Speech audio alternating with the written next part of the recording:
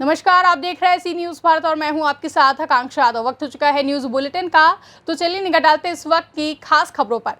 आज पुलिस अधीक्षक जनपद आजमगढ़ सुधीर कुमार सिंह के कुशल निर्देशन में वृक्षारोपण जन आंदोलन 2021 कार्यक्रम के तहत पुलिस लाइन आजमगढ़ व सभी थानों पर वृक्षारोपण किया गया, जिसके दृष्टिगत पुलिस अधीक्षक आजमगढ़ के साथ साथ अपर पुलिस अधीक्षक नगर पंकज पांडे, अपर पुलिस अधीक्षक ग्रामीण नरेंद्र प्रताप, अपर पुलिस अधीक्षक यातायात सुधीर जायसवाल, क्षेत्राधिकारी नगर निष्ठा उपाध्याय, क्षेत्राधिकारी सदर सिद्धार्थ तोमर व अन्य अधिकारी कर्मचारियों द्वारा वृक्ष लगाए गए।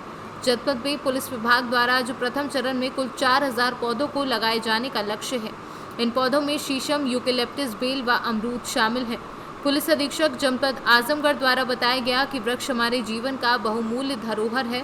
वृक्ष लगाना ही नहीं बल्कि उसकी सुरक्षा करना भी हमारा कर्तव्य है। सर, आज पूरे उत्तर प्रदेश में वृहद वृक्षारोपण का कार्यक्रम शुरू किया गया है। इसी कड़ी में पुलिस विभाग में आजमगढ़ में भी वृक्षारोपण का कार्यक्रम आज कराया गया और सभी थानों में पुलिस लाइन में वृक्ष को रोपा गया। मेरे द्वारा भी पुलिस लाइन में आज सभी पुलिसकर्मियों से 300 पौधों का वृक्षारोपण किया गया है और हमने जो 300 रिक्रूट लड़कियां हमारे यहाँ ट्रेनिंग कर रही हैं, उन्हें उन रिक्रूट्स को एक एक पौधे का जिम्मा दिया है और अगले 6 महीने जब तक वो ट्रेनिंग देगी अपने पौधे की देखरेख करेंगी और उस पौधे को सुरक्षित रखने का प्रयास करेंगी। एक एक पौधा उन्हें अलॉट किया गया ताकि ये पौधे परवरिश हो सके और उन्हें भी ये देख कर खुशी होगी हमारा लगाया हुआ पौधा जब कभी सर्विस में आएंगी, हमारी जब पोस्ट होंगी तो ये लगेगा हमारा लगाया हुआ पौधा अब कितना बड़ा हो गया है। आजमगढ़ से सीनू संवाददाता सीवी भास्कर की रिपोर्ट। मधुबन से गुजरने वाली NH 104 पर हरदिया पुल के आगे बागमती नदी की उपधारा में आए उफान से आसपास के ग्रामीणों व शिवहर सीतामढ़ी जाने वाले यात्रियों का आवागमन बाधित होने की चिंता लोगों को सताने लगी है। हरदिया पुल से कृष्णानगर पुल तक 2 जगहों पर NH को छूती हुई नदी गुजरती है।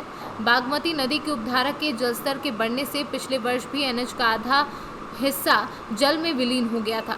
पिछले साल NH एजेंसियों के द्वारा मिट्टी भरे बोरे के द्वारा इस मार्ग को किसी तरह बचा लिया गया, लेकिन इस वर्ष की शुरुआती बारिश से आसपास के लोगों को अभी से खतरा मंडराने लगा है। ग्रामीण बताते हैं कि जलस्तर बढ़ने से गांव में भी पानी लग जाता है। नदी के कटाव का प्रबंधन एजेंसी द्वारा ठीक ढंग से नहीं किया गया, जिससे इस वर्ष की शुरुआत में ही कटाव का खतरा मंडराने लगा है। बिहार से सीनू संवाददाता अजय मिश्रा की रिपोर्ट। जौनपुर पंचायत अध्यक्ष पद मिली करारी हार के बाद समाजवादी पार्टी में अंतरकलह शुरू हो गया है। सपा के वरिष्ठ नेता राजेंद्र टाइगर ने कहा कि हम राष्ट्रीय अध्यक्ष से मांग करते हैं कि पार्टी के साथ विश्वासघात और गद्दारी करने वालों को तुरंत पार्टी से निकाला जाए। इसकी जिम्मेदारी जिला इकाई से लेकर बड़े नेताओं की भी है। सपा के 40 से अधिक जिला पंचायत सदस्य जीते थे, लेकिन सपा को मात्र 12 पद मिले। इससे प्रतीत होता है कि हमारे जिले के बड़े नेता जिला पंचायत सदस्यों से अच्छे ढंग से तालमेल नहीं बैठा पाए हैं।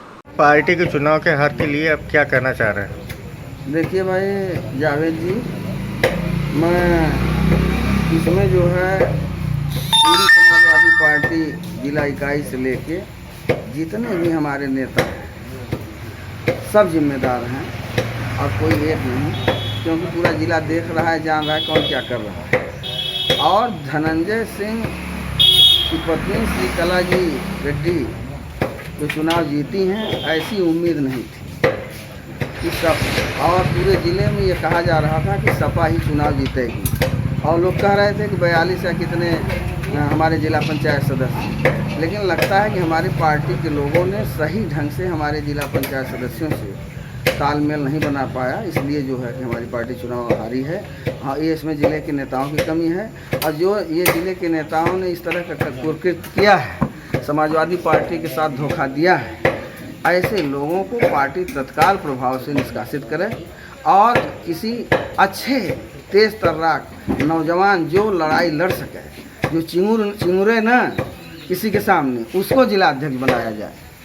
मैं जो है अपनी तरफ से ये बात व्यक्तिगत। आपका नाम? पटना राजेंद्र टाइगर एडवोकेट, पूर्व DGC क्रिमिनल जौनपुर और सपा का मैं वरिष्ठ कार्यकर्ता हूँ।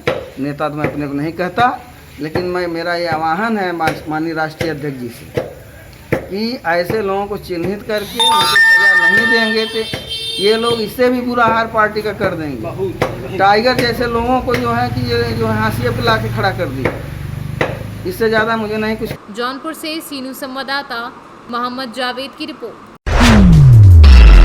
बंगरा स्थित श्री आसाराम नायक मेमोरियल हॉस्पिटल में वृक्षारोपण का कार्यक्रम किया गया।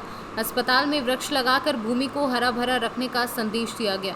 इस दौरान अस्पताल के संचालक डॉक्टर मधुर नायक ने कहा कि पेड़ पौधों के द्वारा हमें ऑक्सीजन प्राप्त होती है, मगर ऑक्सीजन की मात्रा को पर्यावरण में बनाए रखने के लिए हमें अधिक से अधिक पेड़ लगाने होंगे।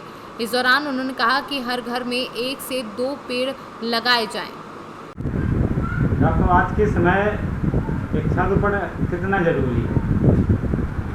आज के समय में वृक्षारोपण उतना ही ज़रूरी है जितना कि हमारे दिनचर्या में जो चीज़ें ज़रूरी होती हैं। आज के समय में वृक्ष का रोपण करना बहुत ही अति आवश्यक इसलिए हो गया है क्योंकि पेड़ों की क्षति होती जा रही है। कुछ प्रोजेक्ट ऐसे आते हैं जिसकी वजह से पेड़ों को काटा जा रहा है और कई जगह सड़क निर्माण हो रहा है, उसमें भी मतलब वृक्ष वगैरह काटे जा रहे हैं। तो इन्हीं सब को देखते हुए वृक्षों की काफ़ी क्षति हुई है, जिससे कि पर्यावरण को भारी नुकसान हुआ है। और इससे बचाव करने के लिए आप सभी से अनुरोध है कि आप सब लोग एक एक वृक्ष ज़रूर लगाएं। ऑक्सीजन का लेवल वृक्ष लगाने से कैसे बना रहता है? ऑक्सीजन का लेवल वृक्ष लगाने से ऐसे बढ़ता है कि सपोज 2 प्रकार की ऑक्सीजन है, एक O2 होती है, एक CO2 होती है। ऑक्सीजन, दूसरा CO2 CO2 मतलब कार्बन डाइऑक्साइड। वृक्ष जो होते हैं वो हमें ऑक्सीजन देते हैं और जो मानव शरीर से ऑक्सीजन निकलती है वो CO2 निकलती है, कार्बन डाइऑक्साइड। तो जितना भारी मात्रा में हम लोग वृक्ष लगाएंगे उतनी भारी मात्रा में हम लोगों को नेचुरल ऑक्सीजन मिलेगी। इसलिए वृक्ष लगाना बहुत ही अनिवार्य है। डॉक्टरी भाषा में लोगों को क्या संदेश देना चाहेंगे? डॉक्टरी भाषा में बस लोगों से हम यही अनुरोध करना चाहते हैं कि वृक्षारोपण दिवस पर आप सभी लोग अपने घर में, पड़ोस में, आसपास में एक एक वृक्ष लगाएं, जिससे कि आपको शुद्ध ऑक्सीजन मिल सके, आपके बच्चों को ऑक्सीजन मिलेगी, परिवार को ऑक्सीजन मिलेगी और आगे चल के आपको कई सारी बीमारियों से बचाव होगा। ऑक्सीजन की महत्वता आज के लिए, देश के लिए, इवन देश नहीं पूरे संसार के लिए बहुत आवश्यक है। ऑक्सीजन अच्छी तरह से ना मिलने पर कई सारी बीमारियां उत्पन्न हो जाती हैं। उसमें फेफड़ों को इफ़ेक्ट हो सकते हैं, आगे चल के ऑक्सीजन, फेफड़ों में ऑक्सीजन की कमी हो सकती है, ब्रीथलेसनेस हो सकता है, अस्थमा जैसी बीमारी हो सकती हैं, दमा हो सकता है, एलर्जी वगैरह कई सारी एलर्जी हो सकती हैं, स्किन एलर्जीज हो सकती हैं और कई सारी प्रकार की बीमारियां हैं जो कि बिना ऑक्सीजन या ऑक्सीजन कम मिलने पर उत्पन्न हो सकती हैं। झांसी से सीनू संवाददाता धीरेन्द्र सोनी की रिपोर्ट। मऊ जनपद के मोहम्मदाबाद गोहना 33/11 विद्युत उपकेंद्र कराहा मीटर रीडर उदय भान चौहान के साथ केरमा ग्राम सभा के विद्युत उपभोक्ता ने मारपीट और असभ्य भाषा का प्रयोग किया। बता दें कि केरमा ग्राम सभा मुबारकपुर थाना जनपद आजमगढ़ में पड़ता है, लेकिन उसकी सप्लाई मऊ जनपद के कराहा विद्युत उपकेंद्र से जाती है और उसके मीटर रीडिंग भी कराहा विद्युत उपकेंद्र से होती है। लेकिन एक विद्युत उपभोक्ता ने मीटर रीडर उदय भान के साथ मारपीट और असभ्य भाषा का प्रयोग किया, जिसे देखते हुए मीटर रीडर उदय भान चौहान ने मुबारकपुर थाने में विद्युत उपभोक्ता के खिलाफ तहरीर दी। सर नमस्कार। नमस्ते सर। सर प्रमोद विश्वकर्मा बात कर रहा था सीनूज भारत से। जी सर। कह रहे हैं सर ये अभी जैसे किस चीज को लेकर आप लोग धरना प्रदर्शन कर रहे हैं, अभी देखे हैं? सर हमारे यहाँ एक मीटर रीडर जो ममता सब डिवीजन संबंधित पावर हाउस है कराहा से कार्यरत है, वो किरमा गांव में बिलिंग कर रहा था जी। तो एक अराजक तत्व जैसा आदमी था जो बड़ा बदतमीजी के साथ गाली गलौज दिया उसको, मतलब मारा पीटा भी। अच्छा। हाँ, इसमें क्या मीटर रीडर से ही कहा कि बिल मेरी बना दीजिए, तो मीटर रीडर कहा भैया एक तरफ से हमारा है, आपके यहाँ जाके बना देंगे जी। तो कहा नहीं अभी चलो। हाँ। तो कहा कि अरे एक तरफ से हमारे, बस 10 मिनट पहुंचिए, हम आ जा रहे हैं, बना देंगे। जी जी। तो उसने कहा कि नहीं हमको अहमदाबाद जाना है, तुरंत हमारा बनाओ। जी। कैसे तुम आ गए बिल बनाने, अभी एक ही 2 तारीख हुई जी तो कहा कि भैया कि ऐसा कि हम 1 तारीख से बिलिंग हमारी शुरू होती है, पूरा महीने 25 तक चलती है। जी किसी दिन बना सकते हैं बिल, वो पूरे जी महीने की बिल बनती है। जी जी जी उसी पे उस लगा मारने, वो गाली देने लगा और उसका मोबाइल फोड़ दिया पटक के, जी। प्रिंटर उसका था उसको फोड़ दिया। अच्छा, तो इसमें आप लोग क्या कर रहे हो उपभोक्ता के खिलाफ उसके? उपभोक्ता के खिलाफ हम लोग हमारे को थाने आए हैं, यहीं पे उनके खिलाफ मुकदमा कराया जाएगा। जी। तो हाँ, आगे जैसे आप उसमें क्या है? बिजली बिजली हम बिलिंग सुपरवाइजर हैं सब डिवीजन के।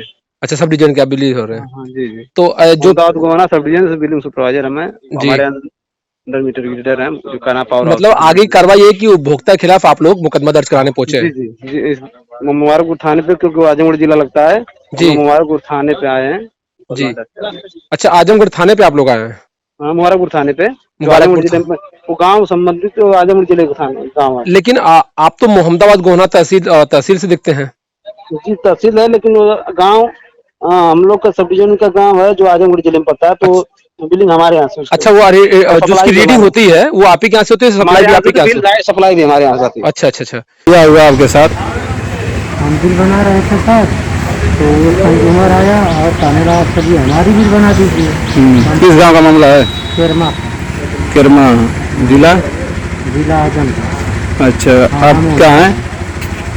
हम मीटर रीडर कहाँ पे हैं? सर। हाँ कहाँ पावर हाउस से? हाँ, अच्छा, किस बात के लिए विवाद हुआ आपका? हम एक कंज्यूमर की बिल बना रहे थे और दूसरा कंज्यूमर आया और बोलने लगा कि चलो हमारी बिल बना दो। तो हमने कहा कि भाई साहब चलिए हम लोग आपकी बिल बना देंगे घर पे, अभी हम मीटर बिलिंग कर रहे हैं, करके आएंगे तो बना देंगे। तो आप कहने लगा नहीं चलो हमारी तुम बिल बनाओ, हमारी बिल गड़बड़ सड़बड़ तुम बनाते हो। हमने कहा भाई साहब गड़बड़ सड़बड़ नहीं बनेगी, तो केबल से बिल बन रही है, इसमें कोई समस्या रहेगी तो आप जाकर है बिल पर समझ सकते हैं। तो इतने पर हम बिल फाड़ कर देने गए तब तक वो मुझे एक थप्पड़ मार दिया। अच्छा, और और मोबाइल भी कंपनी का अच्छा, तोड़ दिया। आपका मोबाइल भी तोड़ दिया? हाँ, उसका क्या नाम है? मनोज राय। मनोज राय। पिताजी के नाम के? पिता का नाम नीमा शंकर है। किरमा के रहने वाले हैं? अच्छा, तो क्या चाहते हैं आप? इंसाफ चाहते हैं। मऊ से सी न्यूज़ संवाददाता प्रमोद विश्वकर्मा की रिपोर्ट। फिलहाल के लिए न्यूज़ बुलेटिन में बस इतना ही। देश और दुनिया की तमाम बड़ी खबरों के लिए देखते रहे सी न्यूज़ भारत।